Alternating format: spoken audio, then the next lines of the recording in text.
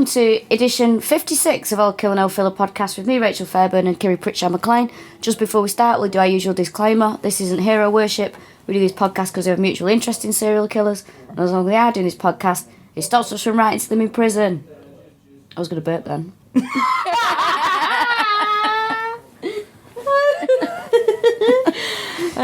You can see that on my Instagram stories if you're really quick. Yes, episode 56, Nannie Doss. This is one of your suggestions. Also known as the Giggling Granny. Mm-hmm. You're right there, mate. Sorry, she's making a lot of noise. Yeah, Rachel's not very well, so she's yet again thrown down a lemsip. Also known as Arsenic Annie, which I really like. Which does sound like something my grandmother said to me, like, here she is, Arsenic Anna. I really like it, though. You're feeling like the most minor, annoying thing. Also, the female Bluebeard. Oh, pass me that. Oh. Pass me that. The female Bluebeard. Because you told me the story of this and I didn't know it. I badly told you the story, basically, of guys like, oh, I married you. I know all my other wives have died, but let's not talk about that. I'm going away now. Don't go in this one room. You've got the whole castle, don't go in this room. Right, Bloody Belle from Beauty and the Beast. Yeah, of course she goes in. Of course it's full of dead women. You get asked to do one thing. She drops the key. The blood from the floor won't wash off the key. She gets home and hands in the keys. He gets home, rather, and then he's like, doesn't even need to look at them to be like, you've been in the room. Goes to chop her head off and she's like, I'm just going to do a prayer first. Gonna go for a quick pray. Yeah, I'm just going to go for a quick pray. I'll be down in a minute. You can chop my head off then. And then is like stalling for time, being like, just one more bit to God. And then her brothers come and cut his head off. Is what I remember of it, but I was very young while it was happening. I was the girl in that story. Well, I'm sure if you are wrong, there'll be some man out there somewhere who'll jump to try and correct us with it by either DMing us or tweeting us with the correct telling of said tale. You're in a good mood today. I am, actually. As someone who's poorly, I'm in an alright mood, yeah. In fact, I've not been in a bad mood for ages. No? Really? Okay. Not to my knowledge. Very pointed. So, Nannie Doss. So if you can hear some noise in the background, that is friend of the show, Will Duggan. Am I... Ballooning. Yeah. Ballooning? It's when someone talks shit when they've had a drink. Oh, is it? Yeah. Ballooning. Is that a real phrase?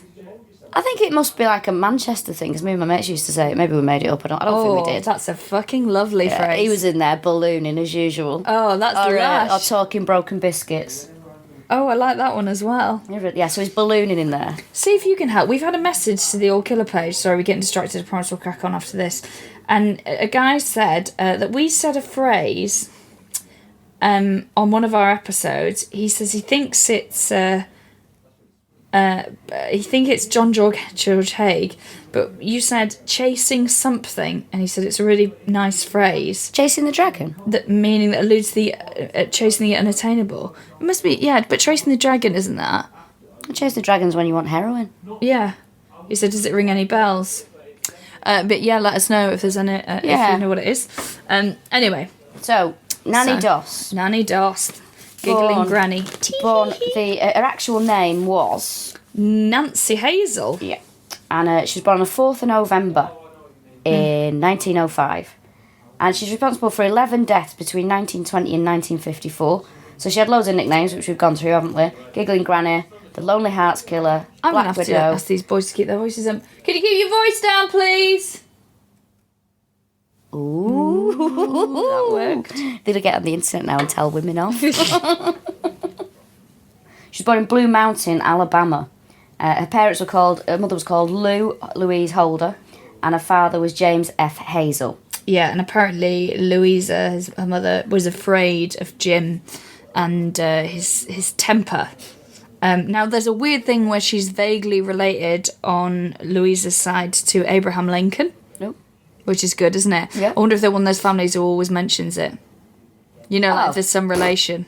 Absolutely. There's a comedian we know who's related to someone. And they always mention who they're related to. Who's that? You're going to have to beat this out. Oh, I didn't know that. Are you fucking serious? Oh, no, I did. I was just thinking of someone else. Yeah, my mind was... I was thinking of one. Yeah, all right. Okay. I was going to say... Oh, he mentions it all the time. Are they cousins or something? Yeah. Because, say the person is, like, cousins with Frank Bruno. They'll walk in and be like, yeah, it's cold. Probably not as cold as Frank Bruno was when he forgot his coat. I know that because I'm his cousin. Like, he just finds a way to work it in. Oh, it's cold out there. Ooh, and you really need some gloves. Not like the gloves that Frank Bruno wears for boxing. They're a different kind of gloves. Yeah, you find some... I think it's on their, even on their website. It's like on the front page. I was trying to think of anyone else who knows related to anyone. Celeb. Danny Dyer.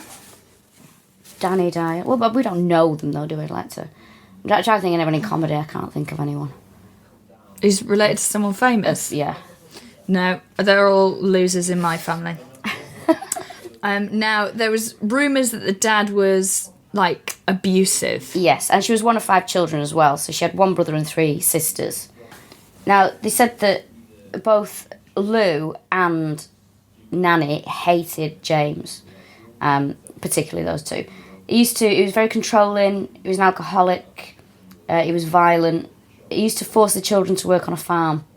Yeah, so they'd be pulled out of school all the time to help on the farm. So, like, she had this really erratic, like, existence at school. Because by 5, she could cut wood, she'd plough and clear fields. And school was quite hard anyway because they had to walk 2 miles there and 2 miles back. Probably a better skill to learn. Yeah, to be honest, more transferable than algebra. Yeah. But it was a bit like that when I grew up.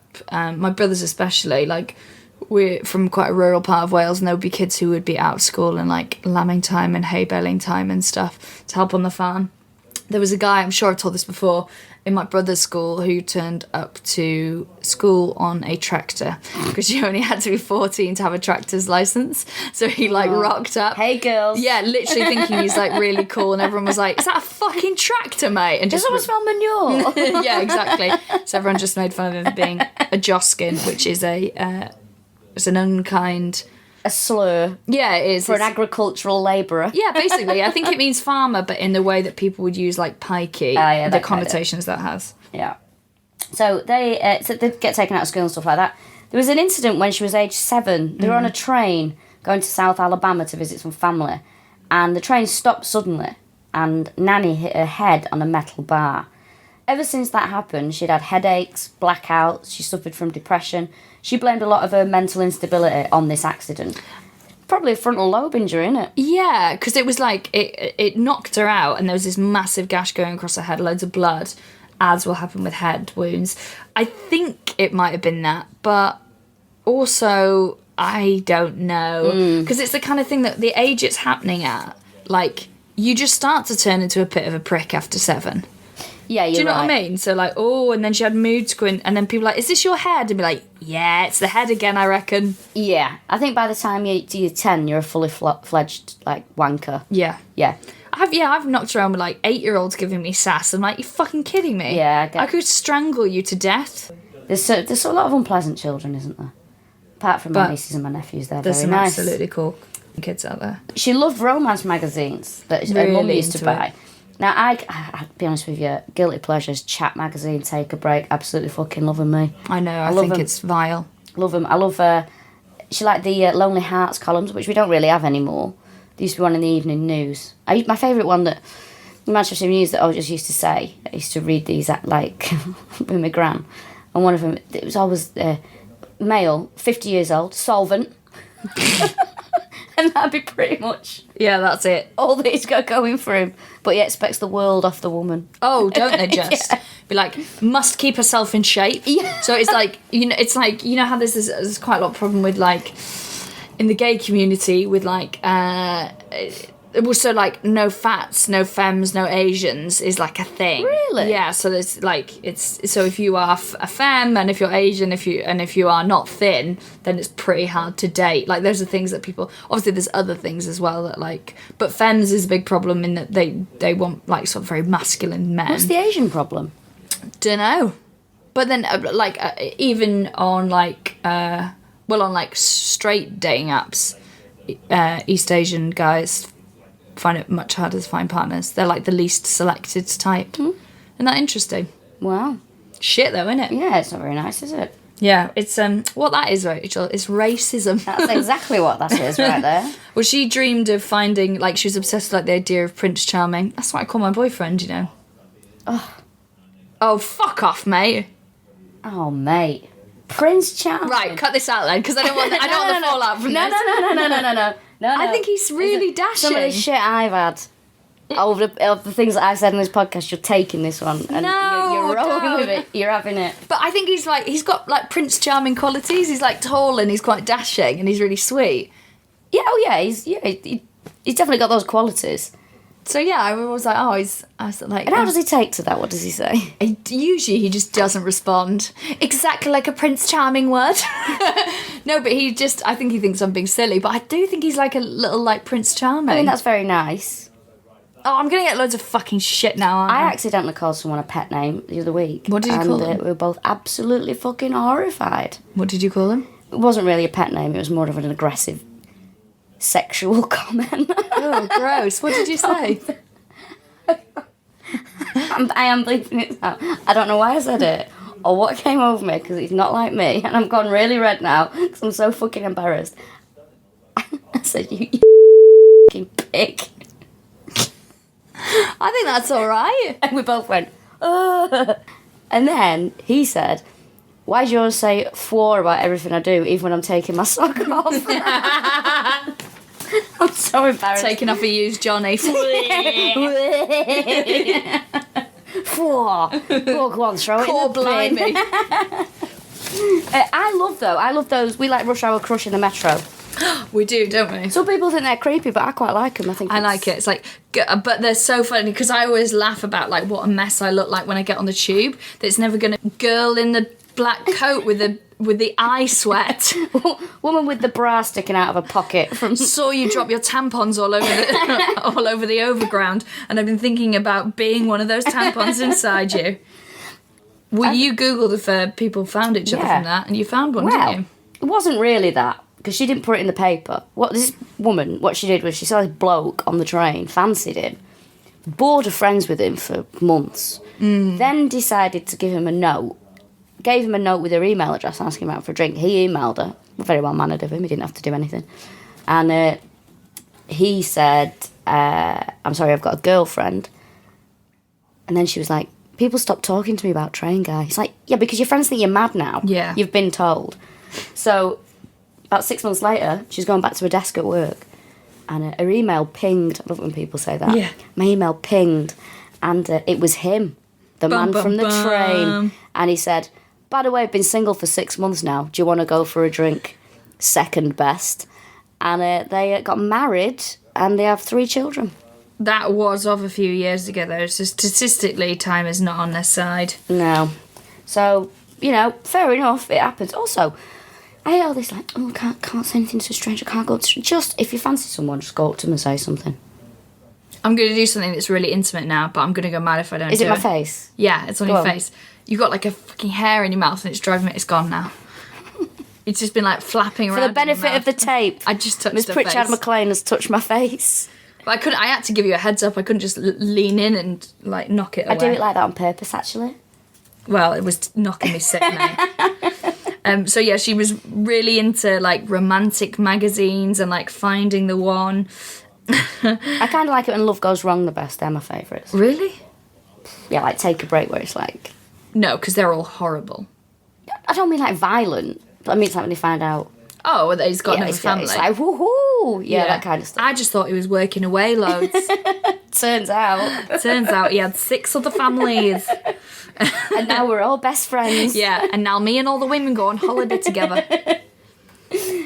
So the dad, the father that they didn't like, James, he was, as I say, very controlling. He wouldn't let the girls wear makeup. He wouldn't let them wear nice clothes in case they got molested by men. But rumour has it that he was the one doing the molesting. Interesting. So they think that, and yeah, it was sort of widely acknowledged or rumoured that Nannie had been sexually assaulted by quite a lot of men by the time she was sort of like 12. Really? She got married very young. She was like 16. Yes, she did. They wouldn't let him go to social events either. So they never went to like. But I mean, I'll be honest with you, I'd be relieved about this. They were allowed to go to like school dances or social events. When I was a kid, I hated school discos. I was so embarrassed by them. I used to dread them. I absolutely lived for a school disco. I hated it. Any school social occasion. I never really did stuff like that. Like I wouldn't drink on the park. I didn't do that. I didn't stay out on a Friday night till like 11. I was just at home with grandparents. Getting off with a boy while Cher's Believe plays in the background. No, absolutely love it. Just deciding for like 3 weeks, thought, what are you going to wear disco? No, oh my god, I hated it. fucking loved it. I was really shy. I think that's part of the... I think that's what it was. I was cripplingly shy. Like, I couldn't... Well, I was a self-assured little piece of shit. I remember me and this girl had a competition to see how many people we could get off with in one night. Fucking hell. Who won? I think she won. She hit 16, I think she got. Oh my... I don't think there's 16 people... She's dead actually, now. no, I don't think there's 16 people that actually like to snog. Oh yeah, but you don't want to snog them necessarily, but you're in it to win it, aren't you? Skin of the game. I remember kissing one of the naughty boys in one of my year 7 discos and him dragging me over to the headmaster so we could get off in front of him. Which is so weird now I look back to 11-year-olds just being like... What was the headmaster doing? Just nothing. Just supervising. Teachers stood around the side trying to make sure that... God, that must be so funny to watching loads of 11-year-olds not be able to kiss each other. I bet it's awful. Or just getting off with each other in the most uncomfortable way. I remember once, my friend from school, Leanne, she used to go to all these under-18s discos and stuff like that. Discos, club nights. And I remember she asked me to go once, and I'd said yes, and then all day I just had to feign illness. I just told the teachers that I felt really ill, just so I could try and get sent home. But I didn't get sent home, but I was just like, I can't come because I just didn't want to do it. That is a very bad friend move, that. But I didn't want to do it. I didn't want to go. Shouldn't have said yes in the first place then. That's an easy conversation. Yeah, because I felt like if I didn't say yes, I wouldn't be, hey, cool. Oh, mate, I've really judged you for that. No. Well, she went with other people. Oh, okay, that's fine. But wasn't... Not my bag at all. I mean, you'd think... I mean, I'm making up for it now, obviously. Yeah, aren't you fucking just... But no, I was just really shy and a bit... Loved a school disco. Absolutely loved it.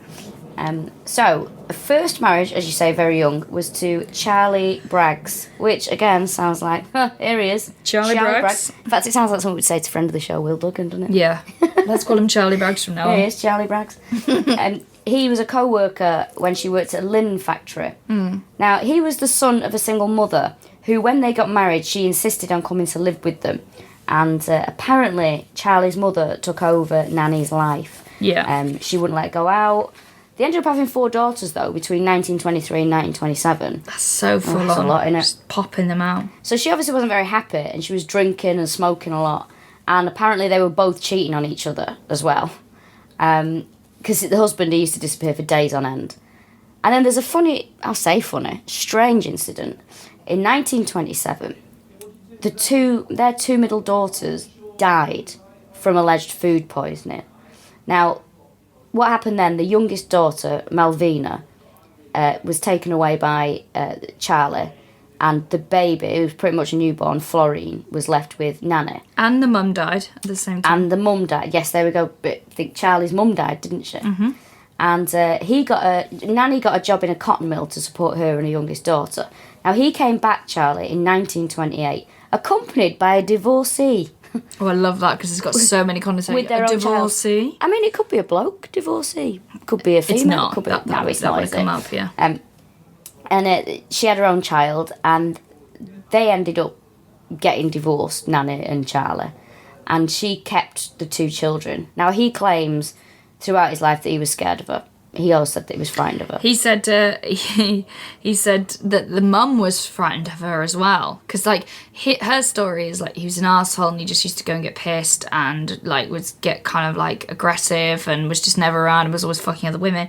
Whereas Charlie said that everyone was frightened of her. And he said, I was afraid of Nannie, deathly afraid. And apparently it got to a point where he wouldn't eat or drink anything that she'd made if she was in a bad mood. Whew.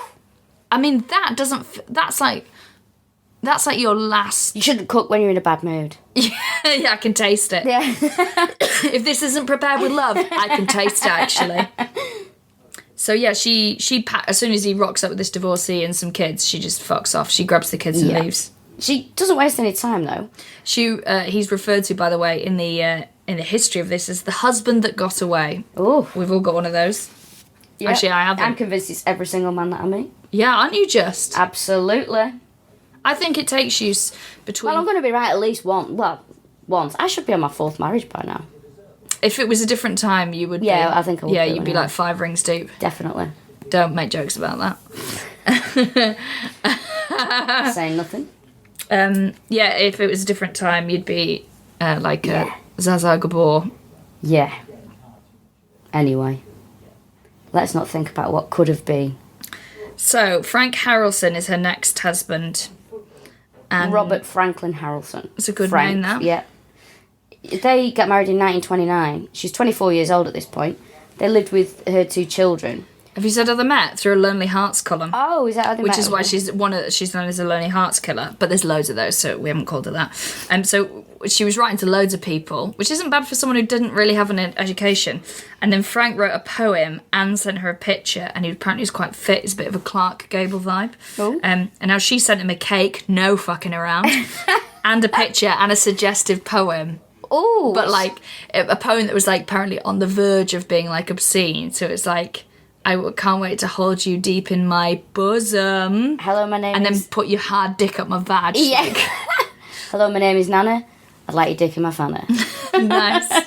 There once was a man called Regina's. So they didn't fuck around. He proposed and married in 1929. Amazing. Year of the Wall Street crash, as we all know. And then as soon as she marries him, she's like, oh shit, he's another alcoholic. He's an alcoholic. She can really zone in on them, can't she? Yeah, it had... I mean, she's probably the only woman with worse taste than me. He had convictions for assault as well, which she found out about. But they stayed married for 16 years. Yeah, he'd been in jail for this assault, and he used to knock her about when he was drunk as well, piece of shit. Mm-hmm. So 16 years of this, of like just kind of hating each other.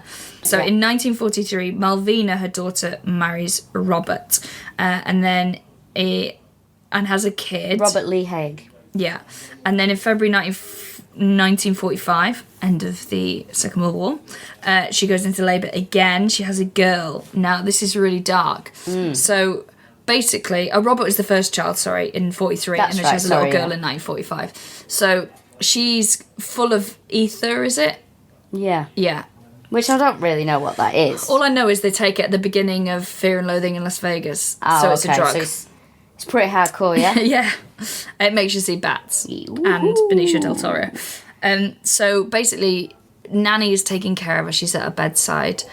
And Melvina, it's such a cool name, that. Melvina and Florina. They're such good names. I think it sounds like cheap shampoo. No, I think it sounds like something you used to treat a toenail infection. Like, just 1 dose of Melvina and 4 up with Florina. So what happens is Malvina is in hospital, like in and out of it, and Nanny's got the baby, and then her husband falls asleep because he's been there while they've been having like this difficult birth. Now she thinks while she's in and out of consciousness that she sees her mum holding the baby and sticking a hat pin into the baby's head. It's a weird dream that she had. And then she wakes up and the baby's dead and the doctors don't know why. Yeah. So she's kind of feeling very weird about this. She tells her husband and Florina about what she saw.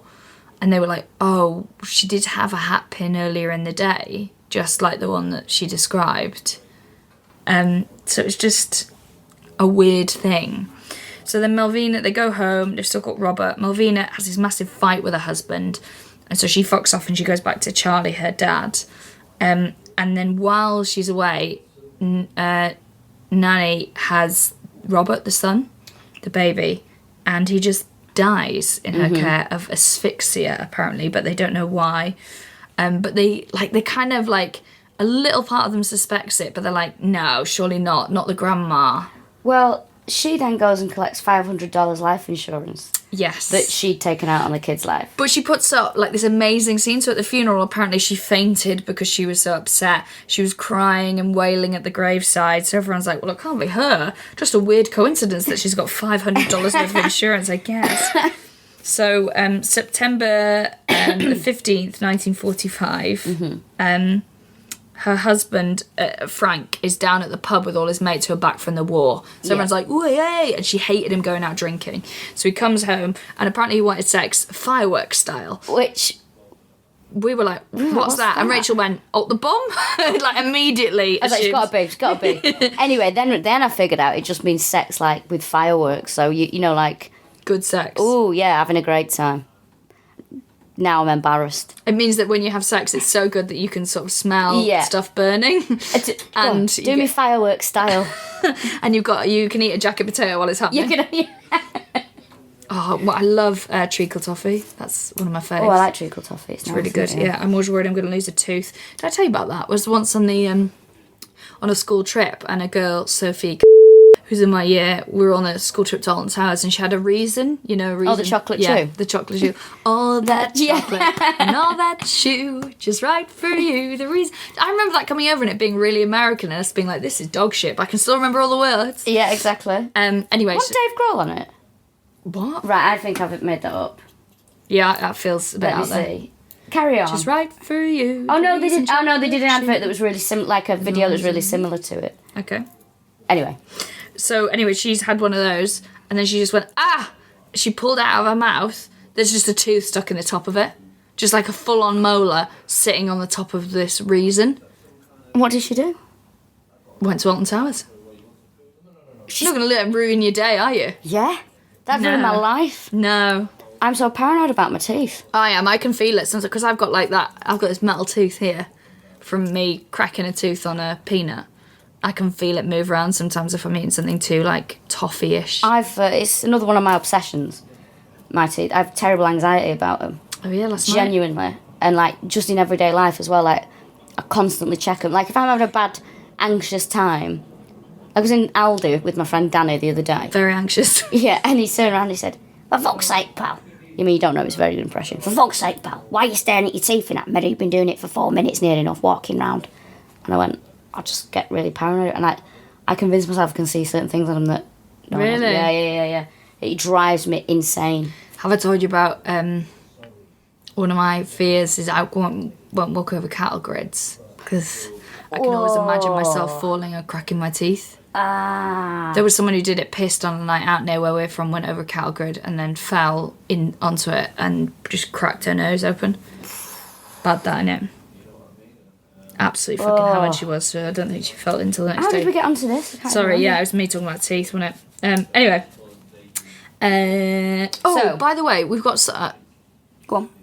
Let's clear this up, right? So, we've had a bit of fallout from this old fucking hotel debacle. Oh, don't bring this shit up. No, I'm about to side with you, mate. Okay. So, all these people who've been like...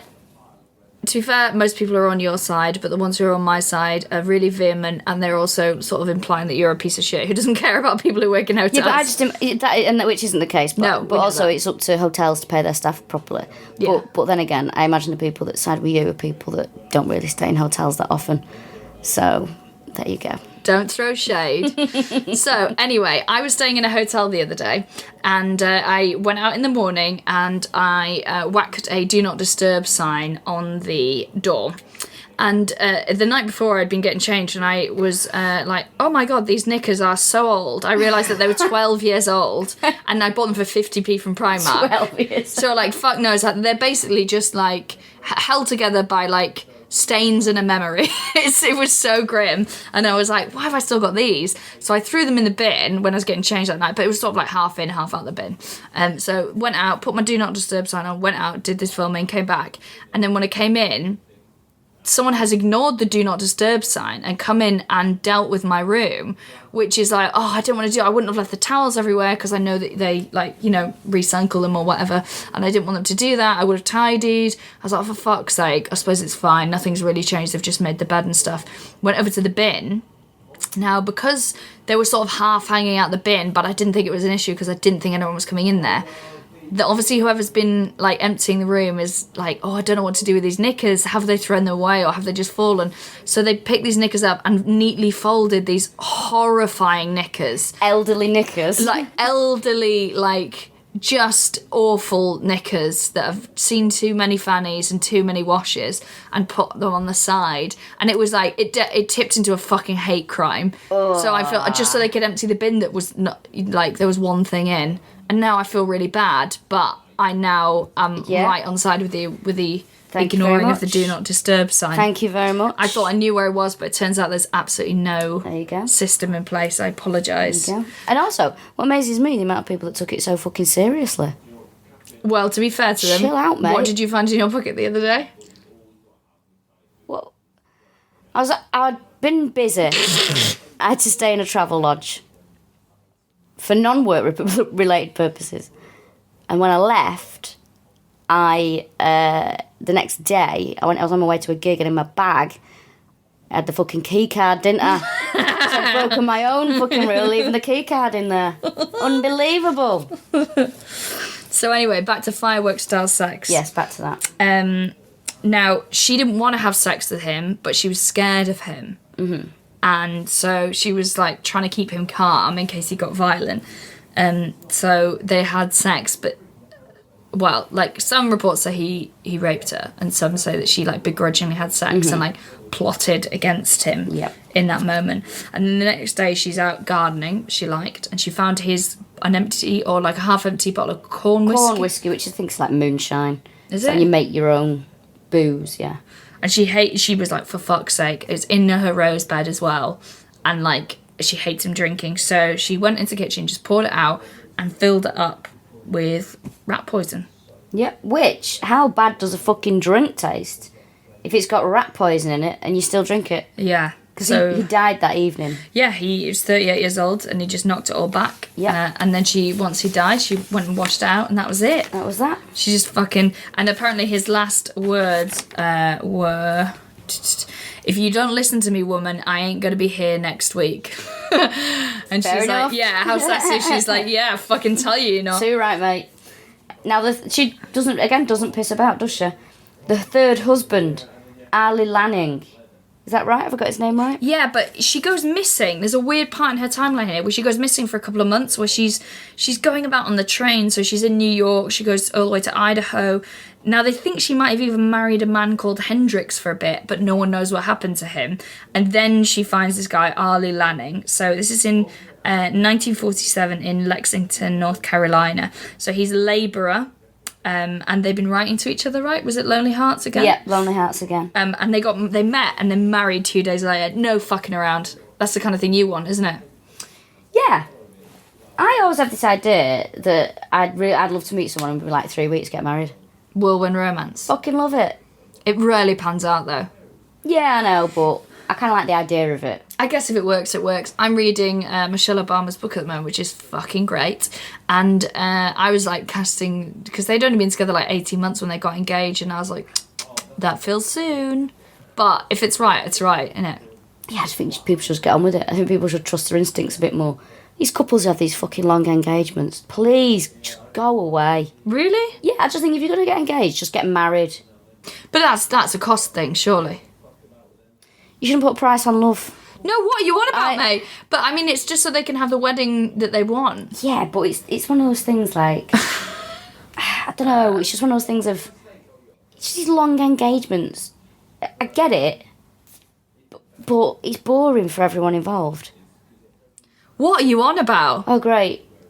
Also, if someone proposed to me, I'd be like, right, if you want to fucking marry me, you've got a month to sort it out. What are you, fucking Liam Neeson? I don't mean racist. Certainly I'm not Liam Neeson. But I mean, you can't do that. So this is how I would see it. It's like, okay, if we got engaged, lovely. That's a year at least to save up. Also, like, I want them to have spent so much on the ring, it takes them a few months to, like, get back on their feet again. So I'm not material like that. I'm not. I'm not asked about stuff like that. I genuinely would just be like, all right, nice one, let's crack on then. But don't think you give me an engagement ring and then keeping me effectively hostage. What?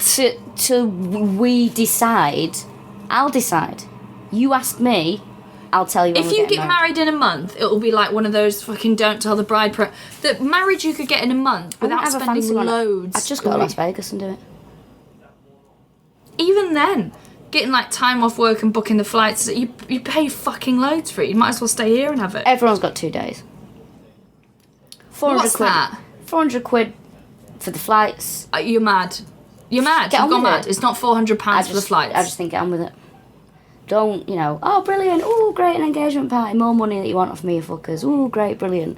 And then 2 years later, oh, now we've got to cope with What the do you wedding. mean more money you want off you? Well, it's when people fuckers? have an engagement party, it's like, you can't just go, can you, to the party? You've got to bring them something. I have literally never been to an engagement party. Well, neither have I, but... Oh, fucking brilliant! Of course. But I'm just saying, I just feel sometimes people are just constantly fucking Mate, up the arse for money.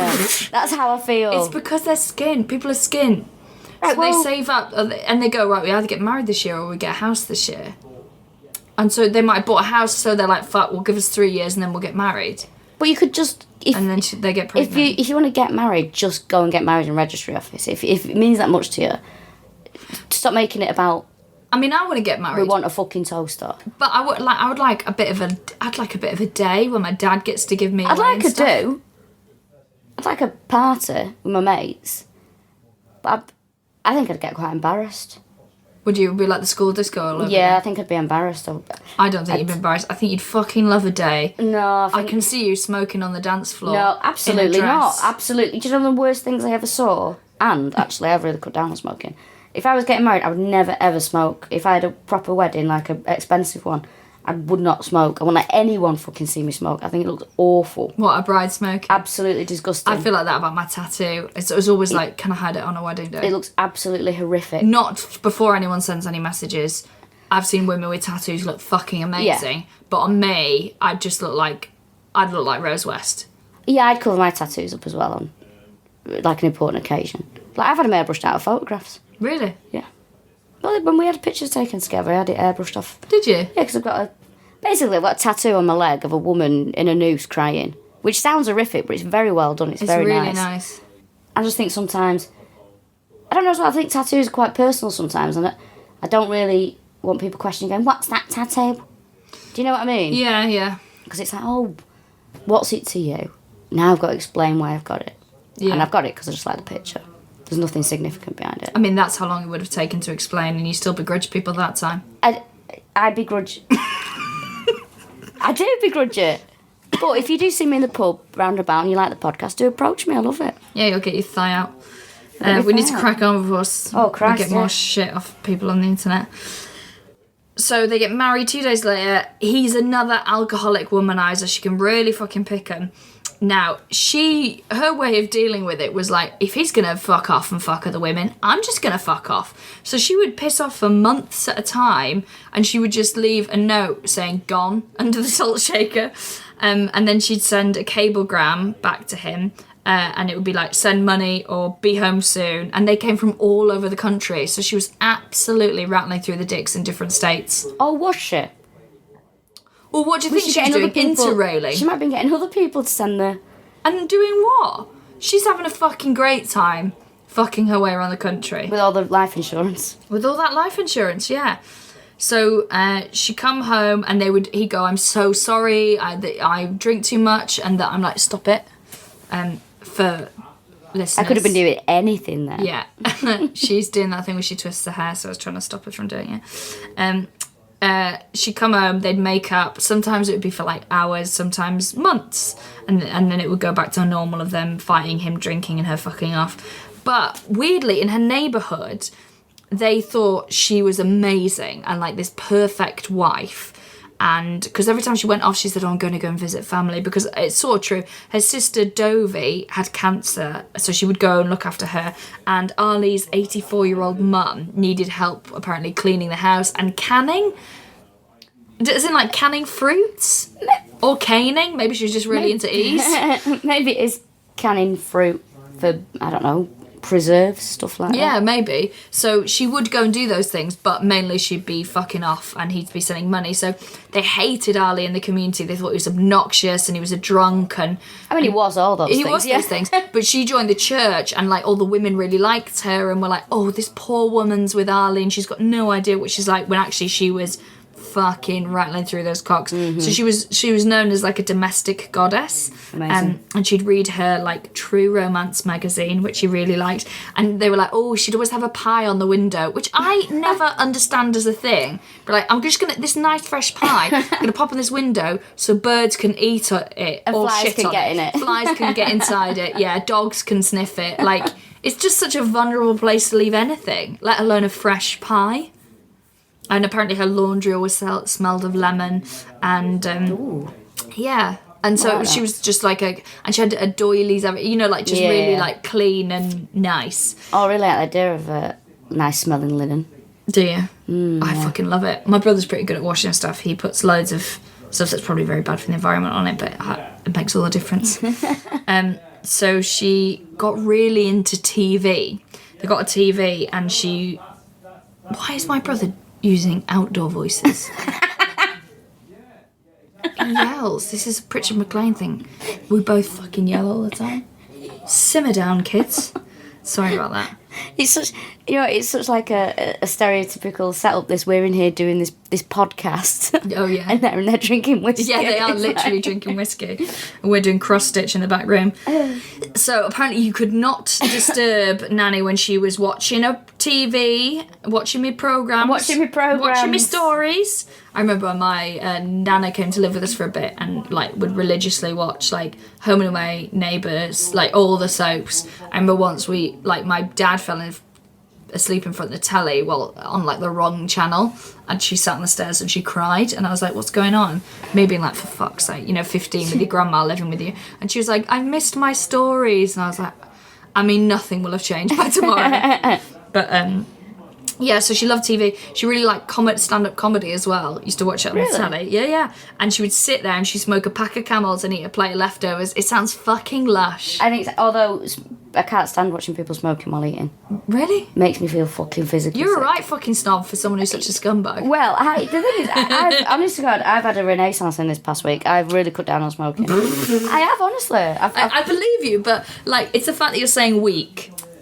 Yeah, but anyone that smokes will vouch for how difficult it is to not smoke. That's true. And the first week will be the hardest. But when you see people, back when you could smoke indoors, which I was so glad when that was banned. I hate it. I hate it. Yeah. Like in between courses, like at a wedding.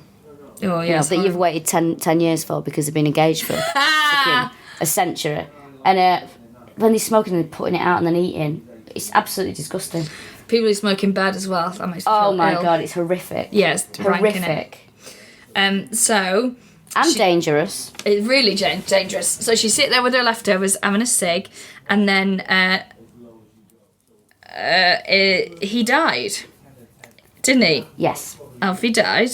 Ali. He Oh, dies. They said it was heart failure. Now, a week later, or a few days later, the house that they lived in burned down. Well, no, so here's the thing. So in February 1950, he was buried, and now there was a really big turnout for his funeral, and basically the community were like, we're here for her, not him, because she was so well loved, and they were like, oh God, this poor woman who's just busted her ass off making a nice home, and now he suddenly dropped dead for heart failure. Now, they did an autopsy on him, and they were like, this is heart failure caused by something, but we don't know what it is. He wasn't sick. It has been caused by something. So they thought it was this flu that everyone had in the state, because it was the same symptoms. It was sweating, it was vomiting, it was dizziness. Maybe I'm getting poisoned. That's why I've got a sore throat. You are poisoned. You're poisoning yourself. That's what it is. But they think because his body was fucked from drink, he had like half a stomach and a really weak heart. That's why he died so quickly. And the day he died, he sat down for a coffee and a bowl of prunes, and his last thing that he said was, it must have been the coffee. Oh. And he was fucking right, because she'd put arsenic in it. Woo. So yeah, on April the 21st, 8 weeks after he died, the will starts to come out. Now, everything was going to go to his sister. So The house burned down, but hell. luckily for us, Nanny happened to be out of the house, so she wasn't harmed. Also, the other thing that happened to be out of the house was the TV.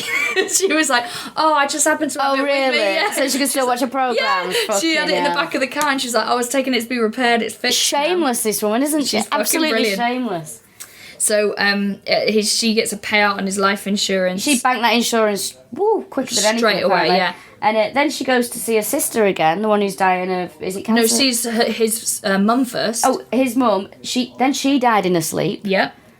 Then she goes to see her sister, With the who was TV. bedridden and really poorly. And then she died soon after. Yeah. Died 30th of June in her sleep. Now, she was like... People were like, she was like semi-literate and she wasn't very educated. But she must have been fucking clever to be pulling all this off because no one suspected anything. She was a really good actor, really good liar. So then she gets involved in this thing called, what is it, the Diamond Dating Club? Yes, Diamond Circle Club. That's it. Which sounds like, it's a dating agency that sounds a bit up its own bum, really, Yeah, doesn't like, it? do you know what I fucking hate? Right, so I'm fascinated by dating websites. Obviously, we all are. So, Match.com, I think that's sort of fine, normal one. Plenty of Fish is for, like, it's filthy, innit? It's just for fucking and that. eHarmony is like, my brother went on that, my other brother, in his words, to price the dickheads out, because it had the most expensive one, so he was like, he just wanted to kind of settle down, so he doesn't want to be on POF, where they're all, like, just trying to fuck you. And there's Guardian Soulmates, which is like, I'm only fucking someone if they can tell me what the Khmer Rouge was about. Yeah. But my favourite worst one is Elite Singles, which is basically like, I won't fucking for a poor person, and I absolutely fucking hate. Like, uniform dating, I can see is like, you should have one for comedians, because it's uniform dating. All that is like, you understand a lifestyle where you wear a uniform and all the stuff that goes with it. Elite Singles is, I'm rich and I wouldn't want to put a poor willy in me. I fucking hate it. I think it's awful, disgusting. isn't it? It's horrible. Like, horrible. Let's not let any of the wealth trickle down. Let's all just fuck each other and Yeah, start. it's disgusting. Absolutely disgusting. Stand it. They can't, to be honest with you, they can't, they couldn't set out one up for comedians. We all know each other, don't we? Yeah. I mean, that. They should have one for, like, people who want to go out with comedians. That would be better. Oh, God. Well, we've seen them. They're all fucking insane. Also, there's no men.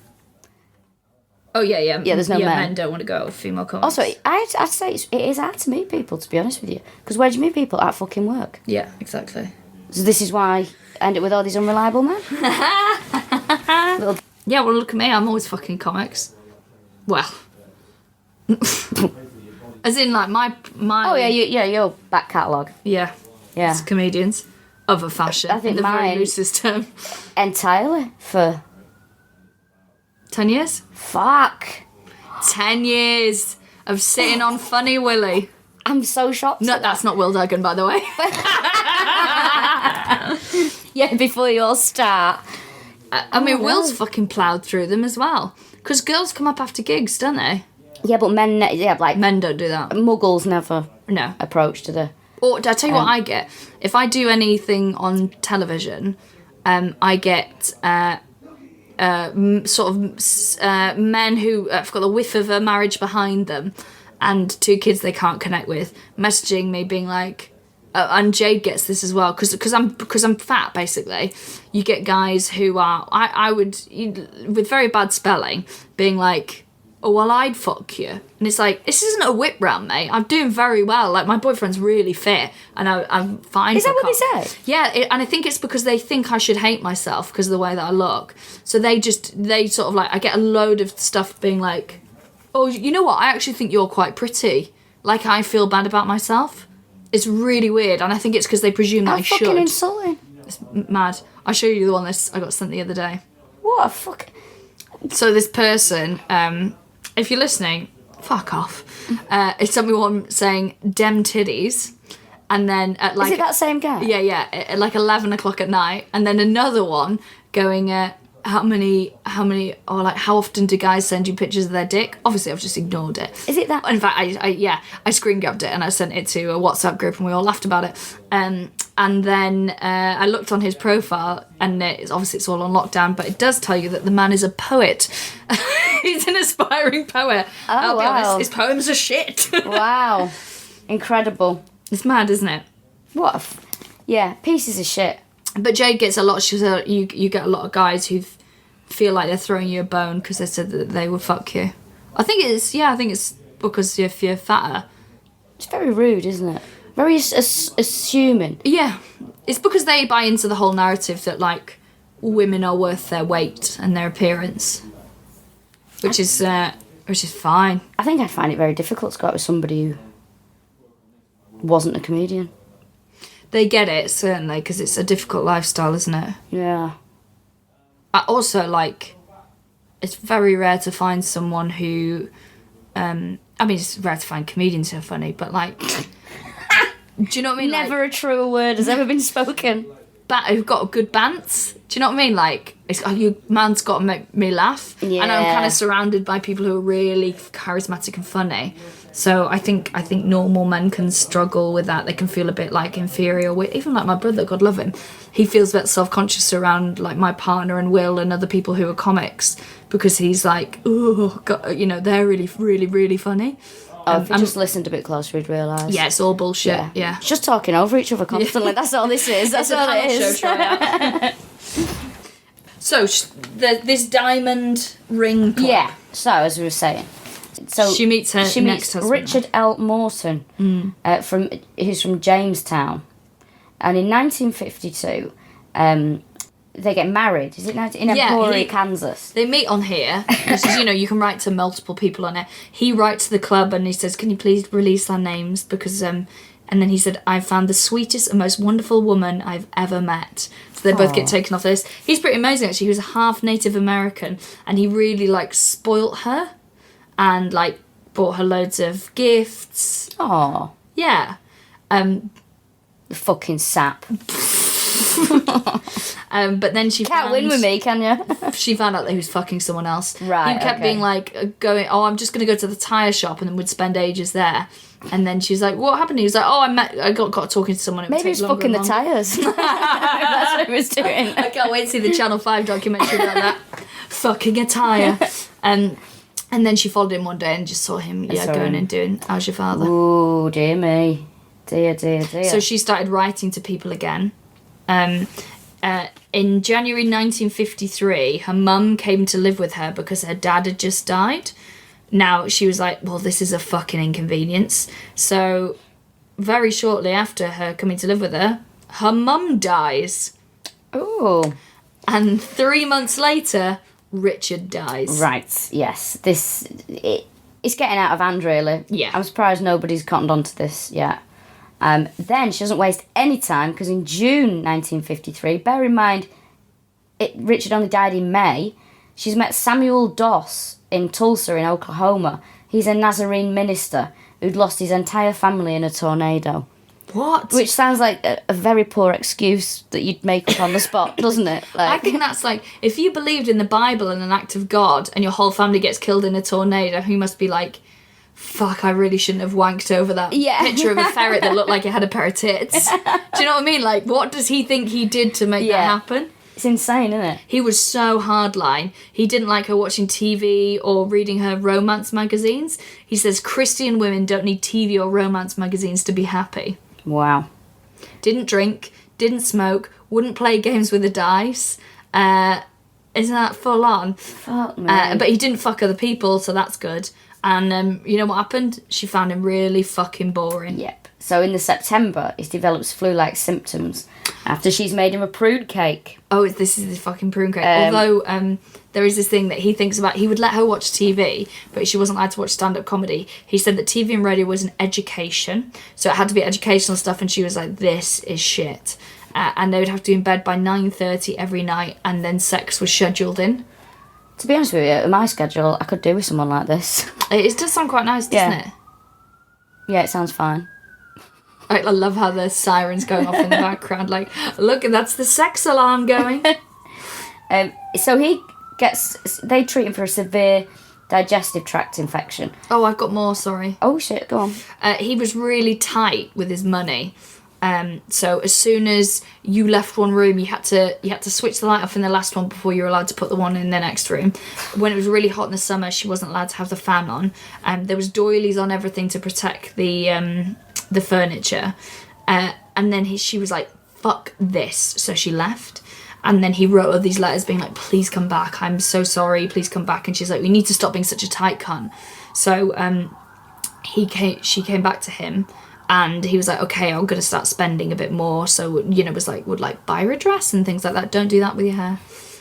So he'd spend a little bit more. And then she was like, okay, well, this is fine, but it's not quite what I want. So he put his account in both their names. And she was like, well, that's fine, but we haven't got any life insurance. So he took out life insurance, of which she was the beneficiary. And then she gets the urge to make a prune cake. And then she's like, I think it's time for my famous prune cake. So he ate this prune cake and he lost 16 pounds in like 2 days. He was really, really sick. He was in hospital for 23 days. And yeah, and he had an infected digestive tract. Which they treated him for and then released him. Yeah, so he goes home and he has a pork roast. And he's like, this is delicious. She gives him a day. And then has this pork roast, and then she's like, have some coffee with it. Coffee goes really well with it. Coffee is full of arsenic, and he was dead by midnight that night. Ooh, blimey. She then, that same day, I think it was, wasn't it? Or the day after collected his life insurance. Yeah, so by this time, people are like, hold on, this guy was in fine health, and then they tested him, and like, there's loads of arsenic in him. He went home from hospital and now has suddenly died. So in the autopsy, they find loads of it. So they arrest her and for hours they're interrogating her. And she just kept giggling. She was like, oh, of course I didn't do that. And they're like, well, we know that you're on husband number 5 and they've all died before their time. And she just kept giggling and like fluttering her eyelashes. And they were like, we don't think we can get her to admit. And she had the whole time she had like one of these magazines out in front of her. And they're like, what did you poison them with? And she was like, I don't poison anyone. And then she just carried on reading her magazines. And then they took her magazine off her. And she's like, okay. And she confessed it all. So they thought because she was laughing kind of inanely and doesn't seem to be bothered about it, they thought she was insane. So they had 4 different doctors test her. And it came back that she was actually sane. But maybe she was putting that on to make her look insane. The giggling? Yeah. I think that was just her flirt. I think she just only knew to communicate by flirting. We know someone like that. Who? Oh, that? Yeah. Brutal. Yeah, but they don't know how to communicate normally. They can only like communicate by flirting. I'll be honest, it sort of inches into the tragic. Yes, absolutely. And I think it's because they think that people just want to fuck them and nothing else. And a more unattractive person, not visually, yeah. But you know when someone's got nothing, like you know, like people that aren't aesthetically, like traditionally good looking, can be sexy as fuck. Yeah. And you're like, whoa. Yeah. Because they've got something about them and they've got a bit of banter. This person, no, whew. He's like a plastic bag caught in a tree in a breeze. There's nothing about him. You're not like, ooh, I want to go on that. It's absolutely just nothing. So that she's found sane by these 4 psychiatrists. June the 2nd, 1955, her trial is set for Tulsa, and she's like, oh, fuck this. So May 17th, she pleads guilty to it all after saying, no. Now, they only put her on trial for her last husband's death. Yes. Because they thought, this is the one we can prove. They started exhuming bodies. They all showed signs, a lot of them showed signs of arsenic poisoning. Now, she was given life. The death penalty was in that state, and she should have got the electric chair, but because she's a woman, she didn't, which is pretty bad. Yeah, I mean, I don't agree with the death penalty in any way, shape or form, but gender shouldn't inform the decision. No. Yeah, but I mean, if the blokes are getting it, so should the women. Yeah. Equality. Yeah, you sound like Fathers for Justice. You sound like you should be in a Superman costume hanging off the front of Buckingham Palace. She died of leukemia in prison in hospital there in 1965. In Oklahoma State Penitentiary, 1965. That's her. That's the Giggling Granny. Nannie Doss. She is quite like, if you look at the pictures of her, she's quite kind of like charming looking. She does look like a nice, friendly granny. She does, actually. Very well dressed. Do you think? Well, actually, everyone from that time period looks just cool, yeah. Yeah. Yeah, it looked like she was well presented and stuff. Yeah. Yeah, she looks like a friendly woman. She does. We got asked the other day if we'd do a cult. Would we ever do a cult? What, start one or talk about one of this? We've started one, mate. started It's called one. Legends. Depends what cult, I suppose. What? Jim Jones. Oh, Jonestown. Yeah, I'd go for that. Really? Yeah, I'd do that. I think it's an interesting cake. That's if you'd want us to do it, because, you know, one person asking doesn't mean to say that everyone wants that. Let us know your thoughts. Yeah. I would like to do a couple next. Just while I was on my list. As we're recording this in a swingers club. I'm sat on a towel. Ugh. I'm not. I can't think of a message us. Yeah, a couple would be good. We're not. We haven't done a really historical one for a No. while as well. In fact, someone sent me one the other day of some like vampire somewhere, and the picture of them freaked me out as a cannibal. Oh yeah. Well, I think a couple would be nice. Well, Not nice. That's not quite the right word. well, a good. That lemsip's just really hit me hard. Yeah. Suddenly gone tired. Oh mate, you're gonna get through it. I believe in you. So that was the Giggling Granny. Thanks very much for listening. Yeah, we appreciate thank you. it. We really do. Yeah, and thanks for chatting on. We did a little video on our Facebook page, so hi, thanks for that. I'm on tour. Please come and see me on tour. And that is it. And That's we it. will see you soon. Bye. Thank you.